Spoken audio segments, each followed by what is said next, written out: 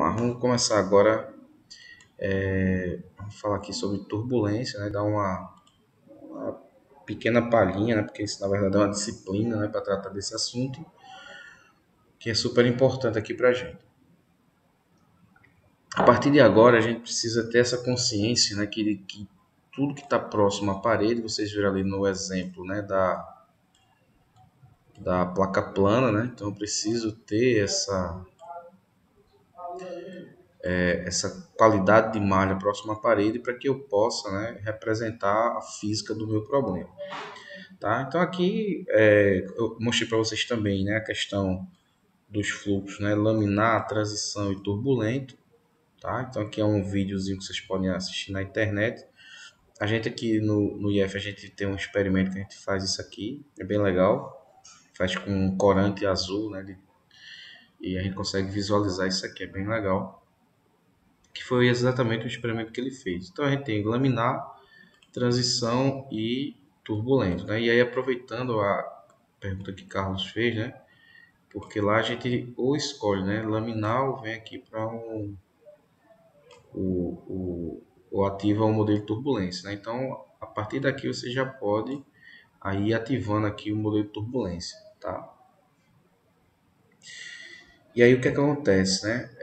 Reynolds, essa figurinha aqui clássica aqui que a gente pega na internet, né? Ele fez esse experimento e demonstrou a presença, né, das turbulências, né? E aí o que acontece? Ele é um adimensional, né, que vai determinar se está turbulento ou laminar ou se está na transição. Isso aqui a gente já sabe, né, que ele é a relação entre a massa específica, a velocidade, o comprimento característico e a viscosidade dinâmica, tá? E, e aí o que acontece, né? A gente precisa, principalmente, né, no início da simulação, a gente não fez isso na aula anterior, né? E aí vocês viram que o modelo ficou ativado e o resultado ficou muito diferente, né, do real. Aqui eu coloquei alguns valores típicos, né, para o valor de Reynolds, tá? Então, são alguns valores de Reynolds que eles trabalham para cada tipo de indústria. Lembrando que aqueles valores que a gente termina decorando, né? Acima de entre 2.000 e abaixo de 4.000, né? Aqui é laminar, aqui essa faixa é transição e acima de 4.000 é turbulento. Isso aqui, na verdade, é para escoamento, né, interno num tubo, tá? Então fica claro isso para a gente, porque cada tipo de indústria vai trabalhar com valores de Reynolds, né, em casas decimais bem diferentes aqui, ok? Então, qual é a característica da turbulência, né? A turbulência, ela tem um probleminha, que ela é instável, tá? Ela é tipicamente tridimensional, irregular e é um processo estocástico, ou seja, é aleatório, né? Então, aqui você tem uma fumaça, né? E aí você percebe que aqui eu tenho uma região laminar e depois eu começo a criar as minhas estruturas, né, de vórtices, né? E aí eu tenho estruturas grandes e tenho estruturas menores, né? E realmente um escoamento que fica caótico. E aí o desafio, né, dos modelos de turbulência é exatamente representar isso de forma que a gente possa ter resultados de engenharia aceitáveis, né? Então essa é a grande questão. Por quê? Porque as equações de Navier-Stokes elas já resolvem toda a dinâmica do fluido. A questão é que você não consegue rodar o DNS, né? Eu vou falar para vocês o que é isso. E aí a gente não tem máquina assim à vontade para modelar isso, então para calcular isso. Então você cria os modelos de turbulência que seria uma representação para poder calcular isso com as equações de Navier-Stokes de forma que a gente possa resolver. Tá? E aí outra questão, né? As quantidades transportadas elas vão flutuar no tempo e no espaço. E aí a imprevisibilidade de detalhes. A gente já sabe que vai ter um momento que vai ficar turbulento, mas prever isso aqui realmente é um processo estocástico. Aí você deve estar pensando, meu Deus do céu, né? E agora? Né? Porque o negócio é instável, tridimensional, irregular, estocástico. enfim, uma série de coisas bem caóticas, né? É como a gente chama. E aí o que acontece? E por que a gente tem interesse na turbulência? Primeiro porque no mundo real, né, é muito mais provável você ter um escoamento turbulento, né? Se você liga uma bomba, liga o ventilador, liga uma turbina, então tudo que está ali é turbulento, né? Porque você está trabalhando em faixas muito altas e você vai ter, né, geração dessas estruturas, tá? E ele é importante, né, a turbulência, por quê? Porque ele vai aumentar a mistura. Então tem um vídeo na internet, depois eu vou procurar, que o cara faz o seguinte, o cara bota aqui um corante, né, e deixa parado aqui, né? Então tem uma camada de corante e a outra de outra coisa lá. E ele deixa parado. Depois de uma semana que esse negócio começa por difusão aqui, ó, começa a se misturar. E aí ele pega a mesma estrutura, né? Tem uma lâmina aqui de fluido, aí ele vem com o bastão, agita, né? E rapidamente aquele corante ele se dissipa, né? Por todo o fluido, né? Então a turbulência ela aumenta a mistura. Então por isso que é importante a gente fazer essa continha. Também por conta dela vai aumentar o barulho, né? O ruído, né? Vai aumentar a perda de energia por atrito, ou seja, vai aumentar a perda de carga, né? Então ela é responsável por essa perda de carga e vai alterar também outros fenômenos que estão acontecendo simultâneos, né? Então ela vai ajudar na combustão, escoamento multifásico, tá? Então, por isso que é tão importante, né, a gente dar uma pausa no que a gente está fazendo e estudar os modelos de turbulência. Na graduação, né, a gente está cansado de ver esse ábaco, né, o ábaco de Moody, onde a gente basicamente calculava o número de Reynolds, né? Saudade ali das aulas de máquinas hidráulicas, hein? E de mecânica dos fluidos. A gente calculava o número de Reynolds e aqui eu tenho várias curvas, né? Que a gente determinava o fator de atrito, né? E aí a gente conseguia calcular, né? Determinar a perda de carga, que é uma coisa básica na engenharia e super importante. O que é que tem aqui de importante nesse ábaco, né? Primeiro é quando você tem baixos Reynolds, né? Então, se você olhar aqui, ó, fluxo laminar, essa relação do fator de atrito ela é linear. Então, à medida que eu vou aumentando o número de Reynolds, o fator de atrito ele vai reduzindo, né? E ele é linear, tá? Por quê? Porque ele é dado por essa fórmula aqui, ó, 64 dividido pelo número de Reynolds, tá? E aqui está indicando abaixo de 2000. Tá? À medida que vai aumentando, né? E aí o reino vai tendendo ao infinito, eu vou entrando nessa outra equação aqui, tá? E aí por isso, né, que quando eu coloco, né, o 64, fator de atrito 64 dividido pelo Reynolds, o que acontece? Eu vou fazer aqui minhas simplificações e aí eu tenho uma constante vezes a velocidade. Então é uma reta isso aqui, né? Então esse aqui é o velho AX, tá?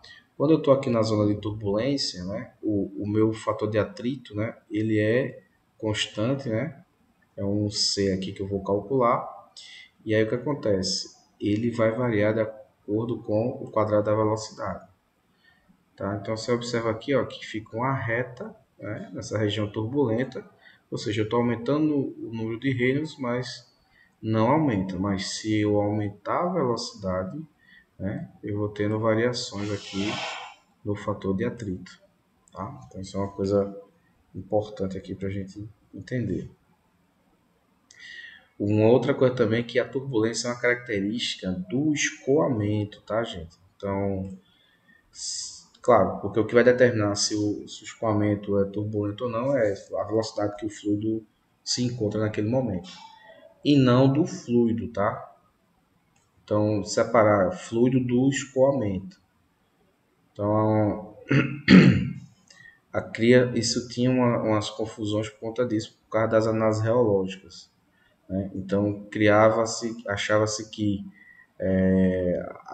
estava se gerando turbulência porque era uma característica do fluido, tá? E se você pegar, por exemplo, a água, né, e você colocar na baixa velocidade, você vai ter regime laminar. Se você aumenta a velocidade dela, você vai ter é regime turbulento e é o mesmo fluido, ou seja, eu não mudei a propriedade da água, né? Eu mudei as características do escoamento, tá? E aqui eu tenho um viscosímetro, né? Aqui Carlos usou no mestrado dele, saudade de usar isso, né, Carlos?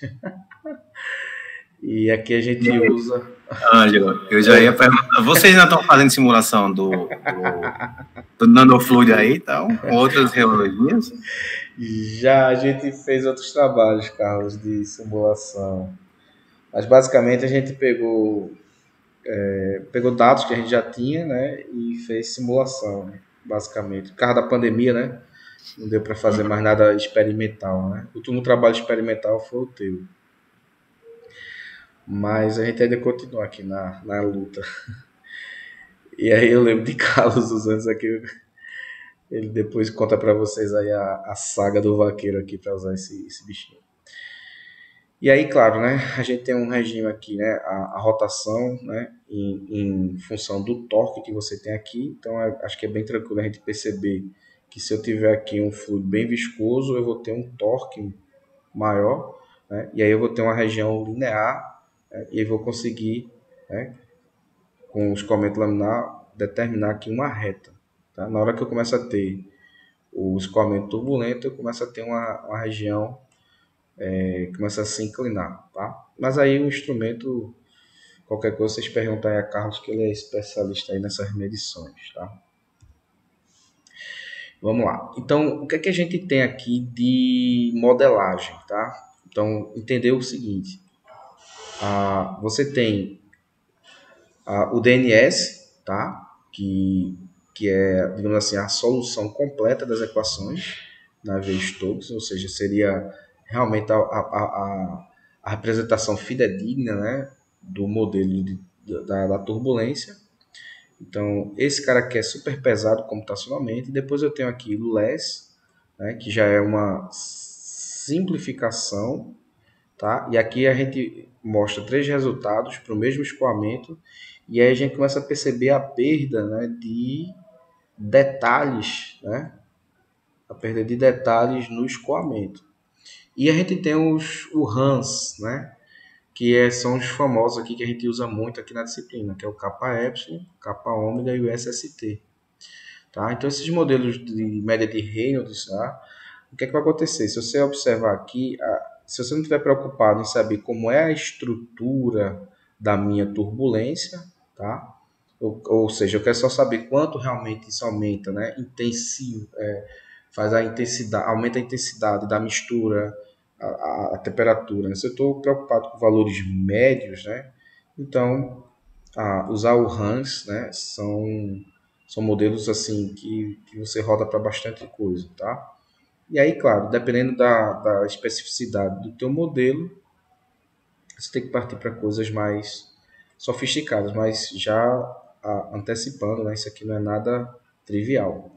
E aí, já fazendo, né, propaganda aqui, já existem, por conta dessa história de machine learning, né, o que, é que a pessoa está pegando? Estou pegando essas imagens aqui e criando, né, os modelinhos para representar isso aqui. E aí, claro, de uma forma computacional bem mais leve do que rodar o próprio DNS.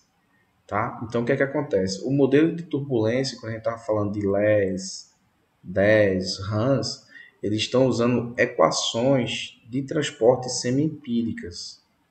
Por isso que quando você abre lá no Fluent, né, você clica lá naqueles modelinhos de turbulência, você vê uma série de constantes. Você fala, que danado é isso? Isso aí, na verdade, é o ajuste do modelo com dados experimentais. Né? Então, você modela e faz o ajuste do modelo com aquelas constantes. Né? E, e aí, o que acontece? Enquanto eu tinha, né, continuidade, Navier-Stokes e energia, eu agora vou introduzir mais duas equações, tá? Para fazer a modelagem da minha turbulência. Então eu acrescento mais duas equações de transporte para serem resolvidas e elas são semi-empíricas, né? Elas têm algumas.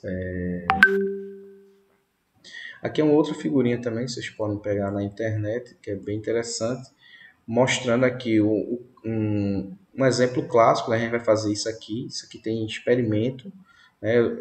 É um artigo bem antigo, acho que de 85, onde o cara faz um experimento, né? E a gente vai simular isso aqui, né? E aí a gente mostra a diferença aqui de modelos, tá? Claro que a gente não vai rodar o DNS aqui, né? A gente vai ficar aqui no nosso RANS, tá?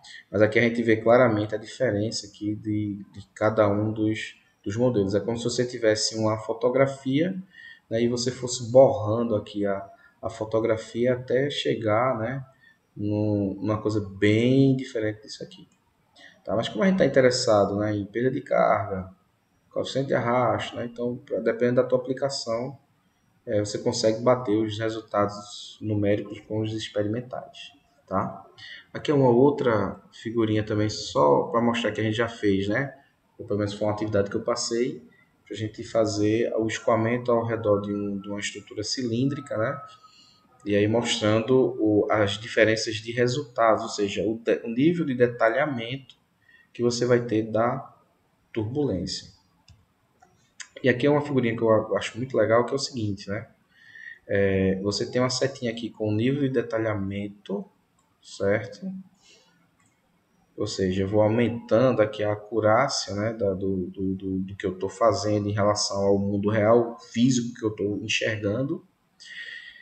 Mas eu também aumento o meu custo computacional. Então veja que aqui eu tenho nessa região aqui os modelos RANS, né, que significa modelos de média de Reynolds, das equações Navier-Stokes, tá? E aí dentro desses modelos eu tenho os modelos baseados na hipótese de Boussinesq, que são esses caras aqui. Aí eu tenho o modelo a zero equação, modelo com uma equação e modelo a duas equações. Modelos a duas equações, quem é que está aqui?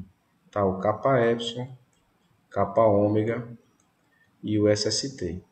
Tá? A gente vai ter uma atividade para a gente modelar um modelinho com zero equação. Quando ele chama zero equação, significa dizer que é zero equação de transporte, tá? Porque lá vai ter uma equaçãozinha para a gente calcular isso aqui, tá bom?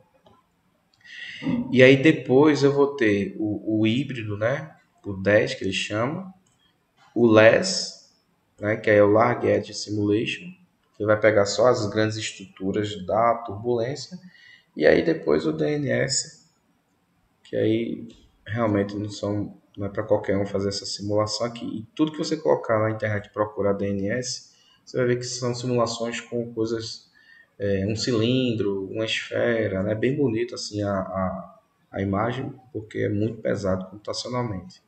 Talvez, né, com esse negócio de Deep Learning, Machine Learning, os caras consigam reduzir o esforço computacional, né? Treinar modelos com resultados, né, e eles tentarem representar, né, a turbulência. Isso já é até um tema de pesquisa. Tá? Então vamos lá. Aqui é a mesma figura, só que ela mostra o seguinte, né? À medida que você anda para esse sentido aqui, eu vou reduzir a complexidade, tá? Do modelo em geral, tá? Só que aqui internamente, né? Claro que o modelo a zero equação é mais simples do que o modelo a duas equações, tá? Só que esses modelos aqui são mais simples e eu tenho uma simplificação na simulação e aí eu consigo rodar mais rápido isso aí. Então, quais são as características do DNS, né? Que é o Direct Numerical Simulation, tá? Ele vai resolver as equações transientes completas, tá? Então é tridimensional transiente.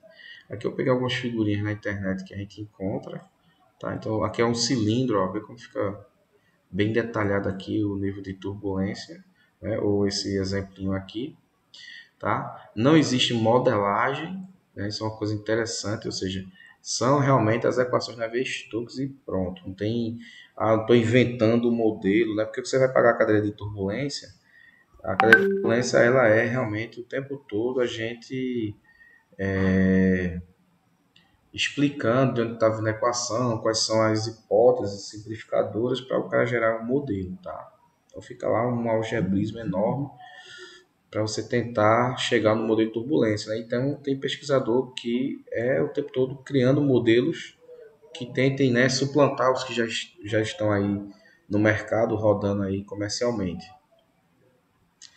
Depois, né, vai ser aqui por enquanto, né? Isso aqui pode mudar, tá? Mas por enquanto é pesquisa, né? Na área de pesquisa. Se tiver alguém já usando, eu desconheço, mas enfim, as coisas acontecem numa velocidade muito alta, porque eu tenho um custo alto, né? Computacional. Então, isso aí não é para qualquer um, por enquanto. E aí, claro, por conta disso, não é comum você ter, né, você chegar numa empresa, né, que usa a simulação no dia a dia dela, você não vai ver DNS nem de perto, tá? Depois tem os modelozinhos LES, né, que é o Large Head Simulation, tá? Então ele vai resolver as equações transientes de transporte, porém ele vai modelar as maiores estruturas, tá? Então, ele vai modelar as menores estruturas, tá? Ou seja, ele tem essa coisa, ele nem é um Hans, nem é um DNS. Então, ele faz um meio termo, né? Então, ele calcula uma parte da estrutura, né? Quando a gente fala de estrutura, é porque você tem grandes estruturas, né? E você tem também pequenas estruturas dentro do escoamento, né? Para você representar a turbulência. E por fim eu tenho o Hans, né, que é Reynolds Average Navier-Stokes Simulation, né? E, e é o que acontece, ele resolve essas equações de Reynolds, né? E aí por isso que a gente pode rodar. Aí você vai dizer, pô, mas você disse que era tridimensional, disse que era uma coisa tipicamente transiente, e a gente fez um monte de coisa aqui, 2D, regime permanente, né? Foi o que mais a gente fez, né? Por conta disso, né? A gente consegue rodar, né? Com Hans, né, em regime permanente, tá? E aí o que acontece? Tudo que tem de estrutura turbulenta é modelada, tá? E aí por isso que você tem uma perda, né, de detalhes, né, das estruturas, tá bom? E aí, claro, por conta disso também, ó, como eu falei para vocês, esses são os únicos que vão realizar cálculo em regime permanente, tá? Então, a gente vai fazer esse simulação aqui do degrau, do step, né? Um problema clássico, né, de CFD. E aqui também a gente vai comparar um escoamento de um jato plano, numa simulação, tá? Então, a gente vai fazer isso aqui para exemplificar para vocês. Ok? Então, o que é que acontece, né, nessa discussão de usar o Hans, né? Tipo, o Hans não é o melhor, mas é o que roda e é o que tem para hoje, como diz a história, tá? Então, o que acontece? No geral, né, a grosso modo, né, você não tem uma necessidade de calcular as flutuações transientes, né? Isso aí você não vai ter essa necessidade, tá? Então, você está preocupado com o quê? Com os efeitos globais, gerais do escoamento, né? Ou seja, até porque na tua medição você faz isso, né? Então, é uma coisa que eu sempre falo, né? Eu sempre, mesmo a gente aqui está falando de simulação o tempo todo, eu sempre remeto os alunos, né, as alunas, para pensarem que é o seguinte: eu tenho um escoamento aqui e eu pergunto, como é que você vai medir a velocidade? Existem várias formas, mas uma bem comum é colocar um tubo de pitot aqui. E aí, se eu estou medindo o tubo de pitot, eu estou num ponto, né, pegando as pressões aqui para poder calcular, né, eu pego a diferença de pressão, da pressão estática e dinâmica, e calcula a velocidade. Então, se no experimento eu tenho uma faixa de erro e eu não vou medir tudo, eu estou pegando realmente um valor aqui para ter, né, um dado para poder fazer cálculo, né? Então muitas vezes eu estou preocupado realmente nesse efeito geral. E outra, essa medição aqui, se eu for plotar, né, você vai ver isso aqui, né, um gráfico, né, dependendo aqui do que você está medindo, você vai ver essas flutuações. Tá? E aí você vai capturar essa janela de informação e o que é que você vai fazer? Calcular desvio padrão, calcular a média e, obviamente, quando você for colocar aqui dizer, né, dizer quanto foi a velocidade lá no duto, né? Você diz, ó, a velocidade foi 10 metros por segundo, mas você sabe que existe uma variação da medição, por isso que você calcula propagação de erro, né? Então, se no experimental você tem isso, né? Então, na modelagem, talvez você não está interessado em saber se o vórtice é para cá, se é grande, se é pequeno. Você está preocupado exatamente no efeito geral, e por isso que quando a gente usa o RANS e compara com um dado experimental, o negócio fica com um resultado bem interessante. Por quê? Porque realmente a minha medição também tem as limitações, né, naturais de qualquer experimento, tá? E aí uma vantagem, né, porque ele é rápido de rodar, quando eu digo rápido, depende do teu referencial, tá? Mas comparado com os outros modelos, tá?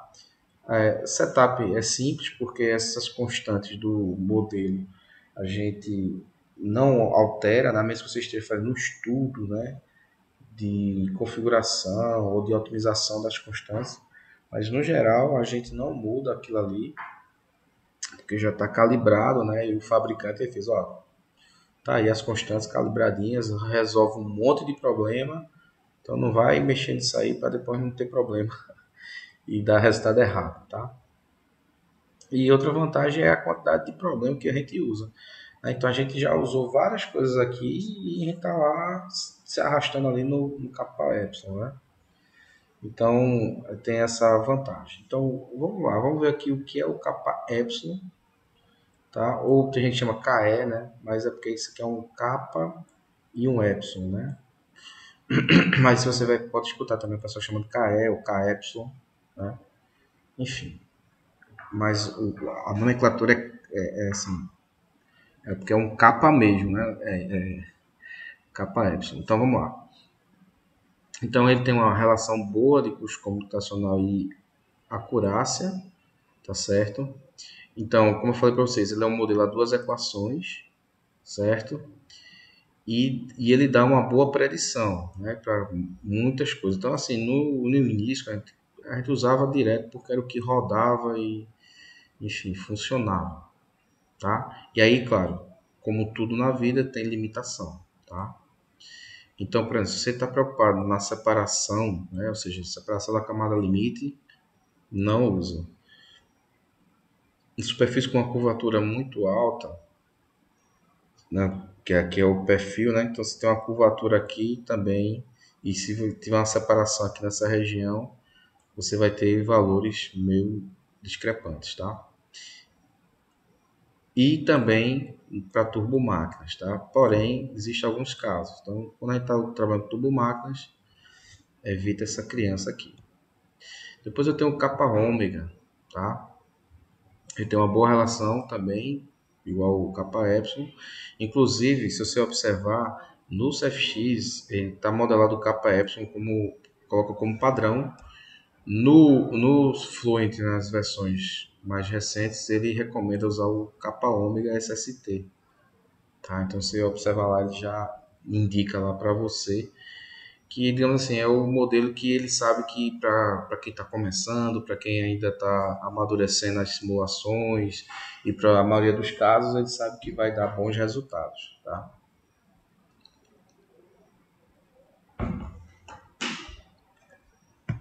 Tem a capacidade de calcular, né, compressão dos fenômenos que ocorrem na camada limite. Isso aí é um diferencial do capa ômega.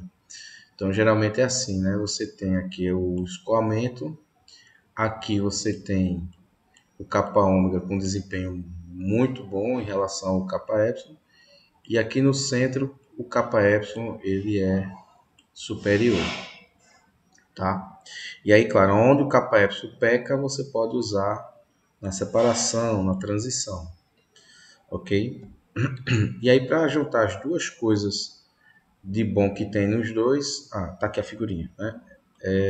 Ele é a união, o SST, ele é apenas uma chave onde você, próximo à parede, ele usa o capa ômega e na corrente distante da parede, né, ele ativa o capa epsilon, tá?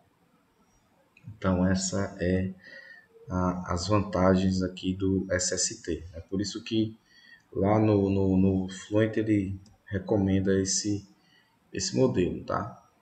Aqui, claro, não vou estender aqui na modelagem porque não dá tempo, né, e nem é o foco aqui da disciplina, mas é super importante, né? Então, você vai modelando aqui, aqui está de novo o modelinho de placa plana, né? Então, imagine que você tem aqui um tubo de pitot, né? Fazendo a medição aqui de velocidade, e aí, como eu falei para vocês, né? Você tem aqui uma velocidade que está variando, né? Você tem uma flutuação, isso é natural de uma medida, E aqui no centro eu vou ter um valor médio, tá? Então eu tenho aqui o valor médio e tenho a flutuação. Então a velocidade média que a gente mede, né? A gente está lá indicando no instrumento, né? Que a gente vai fazer as continhas. Ela tem uma parcela média, né? E a flutuação. Qualquer medida tem isso, tá? E aí o que é isso? Por que chama de média de risco? Porque a gente vai pegar agora, em vez de colocar os valores, né? Como a gente tem lá na equação do Navier-Stokes, colocar a velocidade, a gente vai colocar a flutuação, né? Então aqui você vai chegar no tensor de Reynolds, onde você vai ter a flutuação. Obviamente, quando você está fazendo essa manipulação, você tem as propriedades, né? Então aí o cara vai explicando, jogando isso na equação do Navier-Stokes e fazendo o algebrismo dessas propriedades, utilizando aqui a flutuação, tá? E aí eu consigo achar um cara chamado viscosidade turbulenta, que a gente vai calcular, para poder a gente determinar, por exemplo, o I+, né, do modelo, tá? E aí o que acontece? Aqui eu tenho, né, as equações da continuidade, que eu já falei para vocês, né, em outras aulas, ela na forma cartesiana, aqui na notação indicial. Então quando você vai ler um livro sobre turbulência, né, por questões de facilidade de demonstração, se usa a notação indicial, tá? Então, só para deixar vocês espertos aqui sobre essa notação. Então, ela fica compacta, mas para o cara não estar toda hora escrevendo a forma cartesiana expandida. Tá? Então, aqui você coloca ela com índices. Né? Então, veja que não tem mais U, V, W, é tudo U. Né? E aí o índice aqui vai indicando que se um é U, o 2 é o V e o 3 é o W. Tá? Então, por isso que chama de indicial, né? Porque aí você não vai ter mais as letrinhas aqui indicando cada um dos três, tá? Essa é a diferença. E aí você vai colocando as equações, né, de Navier-Stokes na forma indicial, tá? Você vai expandindo aqui a equação. E aí você chega na mesma equação que a gente já falou, né? Que é a segunda lei de Newton, né? Massa vezes aceleração. Vou ter um termo, né, de pressão, gradiente de pressão, e vou ter aqui as forças atuando no escoamento, tá? E aí, o que são, né, o modelo kappa epsilon? Então, você vai ter aqui, o desafio é descobrir a viscosidade turbulenta, e aí vem a primeira constante, Cmi. Né? Esse Cmi aqui, se você for lá eu vou abrir aqui o Fluent hoje só para mostrar essas características, né? Então, você vai ter aqui essa constante, que é 009, né? Isso aqui provavelmente a gente vai conferir lá se está lá se está assim lá no Fluent, tá? Então veja que eu tenho essas constantezinhas aqui, ó. E aí, claro, quem trabalha com turbulência, tem experimento, ele vai ajustando aqui esses fatores. Mas se você olhar, as duas equações que são acrescentadas a mais, né, elas vão resolver exatamente a energia cinética turbulenta e a taxa de dissipação, porque a turbulência ela é dissipativa, né? Então você tem um termo de geração e destruição da turbulência, porque da mesma, da mesma intensidade que é gerado um vórtice, ele também vai se dissipando e ele por ele mesmo desaparece, né? Então essas equações aqui elas tentam representar, tá? Então por isso chama de kappa e epsilon, tá? O kappa ômega também é a mesma ideia, tá? E aí eu tenho outras constantes que são ajustadas, né, experimentalmente, tá certo? Então, assim, é só para vocês entenderem o que é que está dentro do modelo. Claro que aqui você tem que, no livro, do Wilcox, né, acho que é Wilcox, você vê toda essa modelagem até chegar nessas equações, né, no tensor de Reynolds para poder calcular. E tudo se resume a isso aqui. Tá? Parece simples, né? Mas quando você chega no tensor de Reynolds, aí é que começam os problemas. Tá? Sem tempo para fazer modelagem, obviamente, eu não vou estar fazendo isso aqui, mas aqui só para mostrar para vocês a figurinha que a gente já tinha falado, né, sobre a subcamada viscosa, né? E o que acontece, né? Aqui eu tenho grandes estruturas, né? e próximo à parede eu vou gerando essas pequenas estruturas. E aí o que acontece? Eu vou ter essa relação da velocidade de fricção, tá? Que é a tensão de cisalhamento dividido pela a massa específica. E aí eu vou ter dois adimensionais, tá? O y plus, né, o plus, né, que é a velocidade adimensional, a camada limite, e a distância adimensional na parede. Essa distância adimensional aqui na parede é o que importa aqui para a gente determinar para os nossos modelos de turbulência, tá? Então a gente vai aprender a fazer o cálculo. Eu vou disponibilizar para vocês hoje uma planilha que a gente já faz essa continha aí automaticamente, tá? Então aqui seria, por exemplo, o fluxo de trabalho, tá? Então eu tenho aqui um fluxo de ar, basicamente foi o que a gente fez no exercício anterior, né? Eu tenho aqui a massa específica, viscosidade dinâmica, né? E aí o que é que eu faço? Eu vou determinar exatamente esse cara aqui, ó. Quem é esse Y? Esse Y é exatamente esse primeiro elemento aqui da minha camada, tá? Então o Y plus ele tem essa relação. E aí o Y plus, ó, para modelos de capa epsilon, você precisa dele de entre 20 e 100.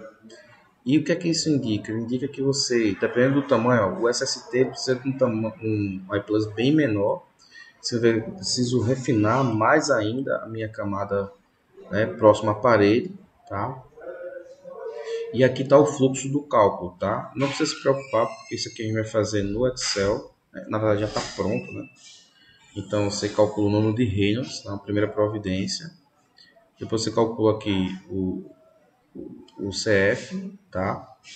Depois você calcula a tensão, né, de cisalhante, porque próximo à parede você tem a tensão de cisalhamento, tá? Que ela é proporcional à velocidade ao quadrado, tá certo? Com a tensão de cisalhamento, né, da próxima parede, você calcula a velocidade turbulenta por essa fórmula aqui. E aí, por fim, você vai achar exatamente, né, o meu Y, né, ou seja, minha dimensãozinha para colocar na parede, tá bom? Então aqui eu vou parar aqui, tá certo? Porque eu vou mostrar para vocês aqui a planilha, só para vocês não se desesperarem um pouco, né? Então deixa eu só mostrar aqui para vocês e a gente vai para a atividade, tá bom? Então foi o seguinte, eu vou parar a gravação, né, para não ficar muito longo.